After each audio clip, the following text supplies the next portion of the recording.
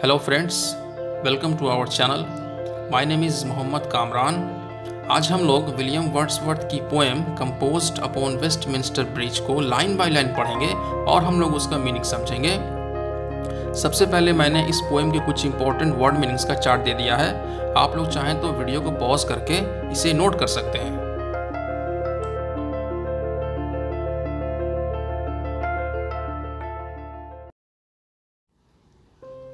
तो चलिए शुरू करते हैं। सबसे पहले हम लोग हमेशा की तरह इंट्रोडक्शन पढ़ेंगे। Let's start. William Wordsworth 1770 to 1850 was one of the pioneers of the English Romantic movement. William Wordsworth, जिनका जन्म 1770 में और मौत 1850 में हुई, वो इंग्लिश रोमांटिक मूवमेंट के रहनुमाओं में से एक थे। वो इंग्लिश रोमांटिक मूवमेंट की बुनियाद डालने वालों में से एक थे।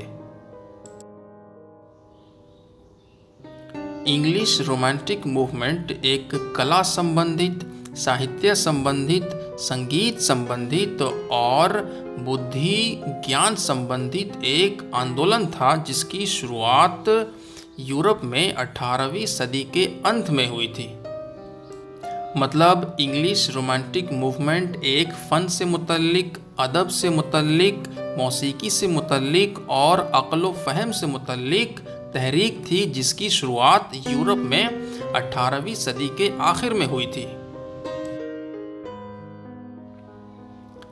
Some of his noted works include Lines Composed a Few Miles Above Tintern Abbey, Ode on the Intimations of Immortality, Prelude. Lines Composed a Few Miles Above Tintern Abbey, Ode on the Intimations of Immortality, Prelude. ये सब William Wordsworth के कुछ मशहूर काम हैं। मतलब ये सब विलियम वर्ड्सवर्थ के ज़रिया लिखी हुई उनकी कुछ मशहूर पोएम्स हैं। The poet is touched by the untainted beauty of the morning over the city of London. London शहर की बेदाग बेऐब खूबसूरती से पोएट जो है वो मुतासिर हो गया है, वो प्रभावित हो गया है। In his poem, Wordsworth describes the pure and peaceful beauty of his city before the bustle and hurry of the day have started. अपनी पोएम में वर्ड्सवर्थ दिन की भागदौड़, दिन की हलचल के शुरू होने से पहले अपने शहर की शुद्ध और शांत, मतलब पाक और पुरसुकून खूबसूरती को बयान करते हैं। The poet is moved by the somnolent beauty of the morning that wraps up the city in tranquility. Poet सुबह की ओंघती हुई खूबसूरती से प्रभावित हो गया है, मुतासिर हो गया है। वो खूबसूरती जो कि शहर को शांति और सुकून की चादर में लपेटती है। सोमनोलेंट का मतलब होता है स्लीपी। पोएट जब वेस्टमिंस्टर ब्रिज से गुज़र रहा था उस वक्त जस्ट सुबह हुई थी, तो आसपास के दृश्यों को, आसपास के नज़ारों को देख करके ऐसा लग रहा था जैसे नज़ारे अभी ठीक से नींद से जागे नहीं हैं।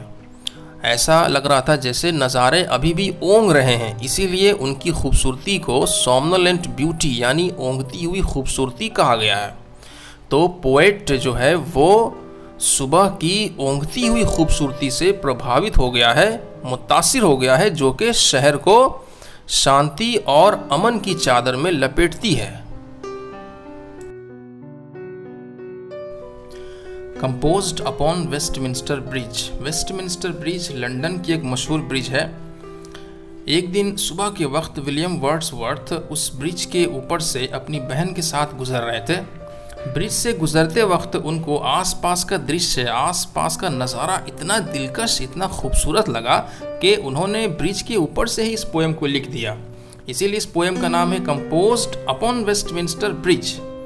ये पोएम एक सोनेट है और जैसा कि आप लोग जानते हैं सोनेट एक 14 लाइंस की पोएम को कहा जाता है। सोनेट के 2 पार्ट्स होते हैं। फर्स्ट 8 लाइंस को ऑक्टेव और लास्ट 6 लाइंस को सेस्टेट कहा जाता है।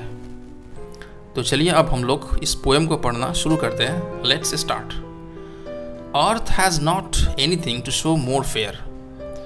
ज़मीन के पास, इस धरती के पास इससे ज़्यादा कोई खूबसूरत चीज़ दिखाने को नहीं है। सुबह के वक्त जब विलियम वर्ड्सवर्थ वेस्टमिंस्टर ब्रिज से गुजर रहे हैं और उनको आसपास का जो दृश्य दिखाई दे रहा है वो इतना खूबसूरत, इतना दिलकश है कि उनको लग रहा है कि इस धरती पे, इस दुनिया में इससे ज़्यादा कोई खूबसूरत नज़ारा, कोई खूबसूरत दृश्य नहीं है। Dull would he be of soul who could pass by, और उस इंसान की आत्मा मर गई होगी, वो इंसान रूहानी तौर पे मुर्दा हो गया होगा जो यहाँ से गुजर जाए। कहाँ से गुजर जाए?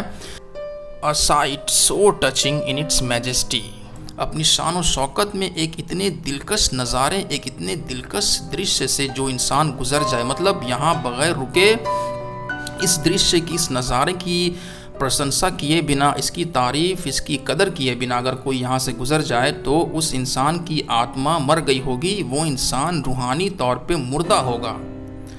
This city now doth like a garment wear, यहाँ जो डथ वर्ड है ये ओल्ड इंग्लिश के हिसाब से है, एक्चुअली मॉडर्न इंग्लिश के हिसाब से ये होगा does. This city now does like a garment wear, इस शहर ने, मतलब लंदन शहर ने कपड़े की तरह पहना हुआ है। लंदन शहर ने कपड़े की तरह क्या पहना हुआ है? The beauty of the morning silent bare, सुबह की खूबसूरती को लंदन शहर ने कपड़े की तरह पहना हुआ है, जो कि शांत है, खामोश है और खुली हुई है।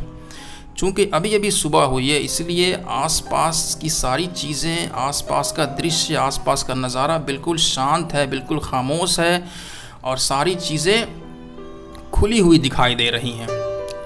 Ships, towers, domes, theatres and temples लाई।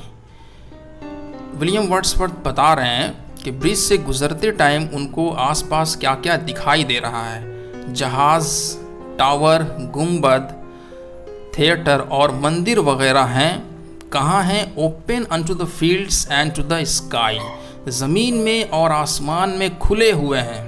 सारी चीज़ें क्या क्या? जहाज़, टावर, गुंबद, थिएटर और मंदिर वगैरह ज़मीन में और आसमान में खुले हुए दिखाई दे रहे हैं। All bright and glittering in the smokeless air, और जो भी चीज़ें दिखाई दे रही हैं वो रोशन और चमकदार हैं साफ़ सुथरी हवा में। चूँकि अभी अभी सुबह हुई है और अभी फैक्ट्रीज़ और ट्रैफिक वगैरह स्टार्ट नहीं हुए हैं, जिसकी वजह से हवा में कोई पोल्यूशन नहीं है। हवा बिल्कुल साफ़ है, हवा बिल्कुल फ्रेश है और साफ़ और फ्रेश हवा में आसपास की सारी चीज़ें रोशन और चमकदार दिखाई दे रही हैं। यहाँ पे ऑक्टेव यानी पोएम के फर्स्ट 8 लाइन्स ख़त्म हो गया। अब हम लोग सेस्टेट यानी पोएम के लास्ट 6 लाइन्स को पढ़ेंगे। Never did sun more beautifully steep, सूरज इतनी खूबसूरती से पहले कभी नहीं चढ़ा, यानी सूरज इतनी खूबसूरती से पहले कभी नहीं निकला। In his first splendour valley, rock और हिल। फर्स्ट स्प्लेंडर का मतलब होगा सनराइज। विलियम वर्ड्सवर्थ कह रहे हैं कि सुबह के वक्त वादी, पहाड़ या पहाड़ी के ऊपर सूरज इससे पहले इतनी खूबसूरती से कभी नहीं निकला। Never saw I, never felt a काम सो डीप, ना मैंने कभी देखा, ना कभी महसूस किया एक इतनी गहरी शांति, एक इतना गहरा सुकून। The river glideth at his own sweet will, यहाँ रिवर का मतलब होगा रिवर थेम्स, दरियाए थेम्स जिसके किनारे लंदन शहर वाक़ा है। और जो ग्लाइडेथ वर्ड है ये ओल्ड इंग्लिश है, न्यू इंग्लिश के हिसाब से ये होगा glides. The river glides eight his own sweet will. Wordsworth कह रहे हैं कि जो रिवर थेम्स है वो अपनी मर्जी से, खामोशी से, शांति से बह रही है। Dear God the very houses seem asleep, प्यारे खुदा ऐसा लग रहा जैसे कि आसपास के सारे घर सो रहे हैं। एक्चुअली में घर नहीं सो रहे हैं, घर के लोग सो रहे हैं। यहाँ पे घरों को पर्सोनिफाई कर दिया गया है।